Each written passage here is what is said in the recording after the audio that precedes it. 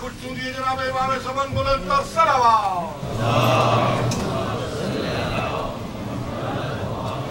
7ویں محرم ہے. آقا امام حسن مصطفیٰ کی بارگاہ میں ان کے لال کی خاطر آپ اس ادارے کی مدد کیجیے تاکہ اس کا قرضہ بھی ادا ہو اور عزاداری تو خیر وہ تو قائم و دائم رہے گی.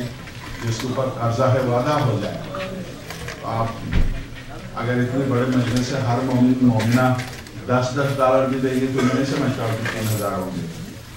بہرحال جو دے رہے ہیں ان کے لیے ان کی رزق میں برکت کے لیے باوجود اللہ درود بھیجیے گا.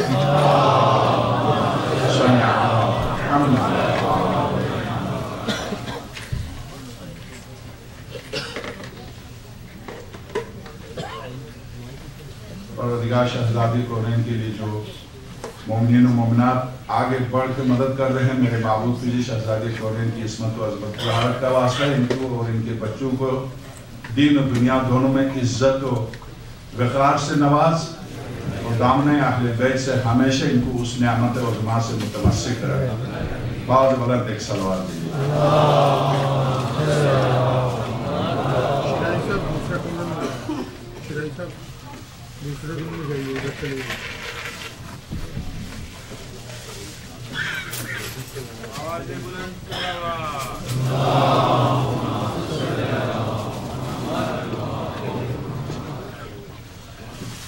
جی ہاں, قرآن کریم کا ارشاد وما محمد الا رسول, محمد نہیں ہے کیا مطلب؟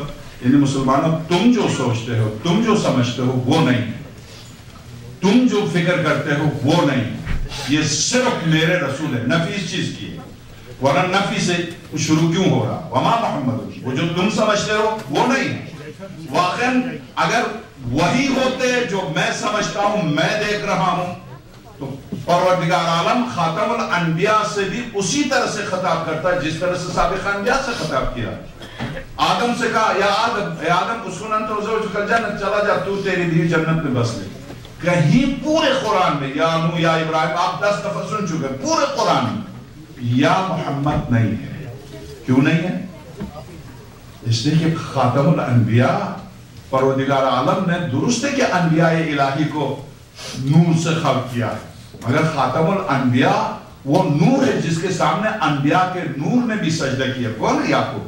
کیوں سجدہ کرے یوسف کو؟ میں عرض کروں چونکہ انوار الہی میں بھی فرق ہے. ایک نور سے گزرتے ہیں فرشتے, ایک نور پر جا کر نہیں فرشتے بھی نہیں گزر سکتے. سرور کائنات صلی اللہ علیہ وسلم اس عظیم ہستی جس کا خدا نام لینا گوارا نہ کرے, محبت و عظمت و جلالت کی وجہ سے جب بھی پکارے یا سید, اے سید و سردار, یا ایوہ المزمل, یا عہدے سے یا ایوہ الرسول بلغ ما انزل الیک, یا ایوہ النبی ارسلناک شاہدا و مبشرا و نذیرا. عہدے سے, لقب سے, پیار سے, محبت سے. اور میں عرض کر چکا, امیر المومنین صلی اللہ علیہ فرماتے ہیں اہل کوفہ سے, جو شروع میں نے عرض کیا, اہل کوفہ سے سوال کیا کون سے آیت ہے قرآن کی جس نے تمہیں مغفرت کی تسلی دی ہے, جہاں سب پریشان ہوں گے مالک یوم الدین, اس یوم الدین میں تمہاری پریشانی کے لیے تسلی کی آیت کون سی؟ سورہ مبارکہ زمر کی آیت نمبر 25. ایک صحابی نوٹ کے کہا کوفے میں ہمیں جو کہتے ہیں قل یا عباد الذین اسرفوا علی انفسہم لا تقنطوا من رحمت اللہ ان اللہ یغفر الذنوب جمیعا. میری امت, میری مخلوق سے کہہ دیجئے میرے حبیب کہ جنہوں نے اپنے نفس پر ظلم کیا ہے مایوس نہ ہو, خدا تمہارے سارے گناہ معاف کر دے گا, تم مجھ سے دور نہ ہو. یہ آیت تسلی دی. امیر المومنین فرمایا بے شک مسلمان, عام مسلمانوں کے لیے یہی آیت ہے, مگر ہم اہل بیت کے لیے قرآن میں باعث افتخار ایک آیت ہے. سب کے سر اٹھے, یا امیر المومنین اہل بیت کے لیے وہ کون سے آیت ہے جو باعث افتخار؟ سورہ بارکہ دعا والضحى واللیل اذا سجا ما ودعك ربك وما قلى وللآخرة خیر لك من ولسوف يعطيك ربك فترضى. میرے حبیب ساری خدائی تجھے دوں گا تاکہ تو راضی ہو. ہمارے لیے باعث افتخار ہے یہ امیر المومنین کا ارشاد. بس میں اسی پر آپ غور کیجئے, میں ساری خدائی دوں گا, خدائی, قدرت, ملکیت, رزق, حیات, ممات. آپ آئیے, کل میں آقا علیہ السلام پر میں نے 2 جملے عرض کیے. ایک روایت مفاتی کے حاشیے میں یہ 30 ملین 40 ملین یہ جو جا کے اس دروازے سے مانگتے ہیں، مثلا فرض کریے 1 سال مانگے 2 سال مانگے، 1400 سال سے تسلسل کے ساتھ آقا حسین کے دروازے سے مانگ رہے ہیں، کچھ مل رہا ہے جا رہے ہیں یا ایسے ہی جا رہے ہیں؟ کچھ مل رہا ہے، کچھ مل رہا، کچھ نہیں بہت کچھ مل رہا سامنے، میرے سامنے کی بات ہے. کل میں باب الحوائج کے سلسلے میں عرض کروں، میرے سامنے کی گزشتہ سال چہلوں میں سامنے کی بات ہے کہ اندر جاتے ہوئے کرسی پر فلج پورا فالش، حرکت نہیں، صرف سانس ہے. 1 گھنٹے کے بعد باب الحوائج کے دروازے سے چل کر آ رہی خاتون، دنیا ٹوٹ رہی. کینسر کا مریض، ڈاکٹروں نے جواب دے دیا، لے کر آئی ہے اولاد، باب الحوائج کے حوالے کیا. عباس اگر آپ نے توجہ نہیں دی تو بابا کے پاس جاؤں گا، میں بابا کے پاس جاؤں چونکہ آقا حسین نے آپ کو باب الحوائج کا لقب دیا. 2-3 گھنٹے کے بعد کینسر کا مریض اٹھ کے چلا آ رہا، آنکھوں میں آنسو ہیں، زبان پر یا عباس.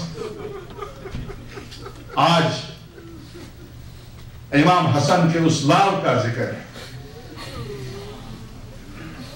کہ جس پر آقا حسین 2 دفعہ زمین پر گرے. ساری خواتین عصمت و طہارت ہر شہید کو تیار کر رہی ہیں اس روایت کے مطابق جس میں کہا گیا کہ حضرت ام لیلہ کربلا موجود تھی. چراغ روشن کیے، ہاتھ میں چراغ لیے ہوئے آقا علی اکبر کو سامنے بٹھا کر جب خیمے کے دروازے سے گزر رہے تھے، دیکھا حضرت ام فروا سارے شہزادوں کو بٹھایا اور قاسم کو سامنے رکھا. میرے لال، ممکن ہے تم جب آقا کی بارگاہ میں جاؤ تو شاید تمہیں اجازت نہ دے، صرف اتنی سی بات کہہ دینا، آقا کیا اس لیے اجازت نہیں دے رہے کہ میں یتیم ہوں؟ بس اجازت دیں گے. اگر پھر بھی کہا نہیں قاسم تم چلے جاؤ میرے بھائی کی یادگار ہو، تو پھر کہہ دینا آقا پھر تو جا کے میں اپنی ماں کو بلا لوں گا، میں آ جاؤں گی حسین کے قدموں پر گر جاؤں. اس طرح سے گفتگو کر رہی کہ آقا حسین گزر رہے ہیں، خیمے کے دروازے پر جا کے یہ جملے سن کے تڑپ کے رو رہے. ہاں جب صبح ہوئی، صبح عاشور کو اور محمد کی شہادت کے بعد جب حضرت قاسم آئے تو روایت کہتی ہے، میں نجف میں، ظاہر میں نجف کا تعلق ہوں، نجف میں جو مصائب ہوتے ہیں وہاں کا ایک عجیب رسم ہے، وہاں کی رسم عجیب ہے. وہاں کی رسم وہی ہے، اس سے مجھے پتا چلتا ہے کہ جو شادی کا واقعہ ہے ایک حقیقت ہے. ورنہ خود میں اپنے مطالعے سے، علماء کے رائے سے کہ وہ کون سا مقام، وہ کون سا محل تھا جو منگنی ہوتی، جو شادی ہوتی، وہ محل نہیں تھا، خیمے میں پانی بھی نہیں تھا. اس طرح کے واقعات سے جب تاریخ پڑھتا تو پریشان ہو جاتا. مگر جب آپ عراق جائیں تو بہت سی چیزیں اسی طرح سے چلی آ رہی جیسے تھی، اسی طرح سے چلی آ رہی.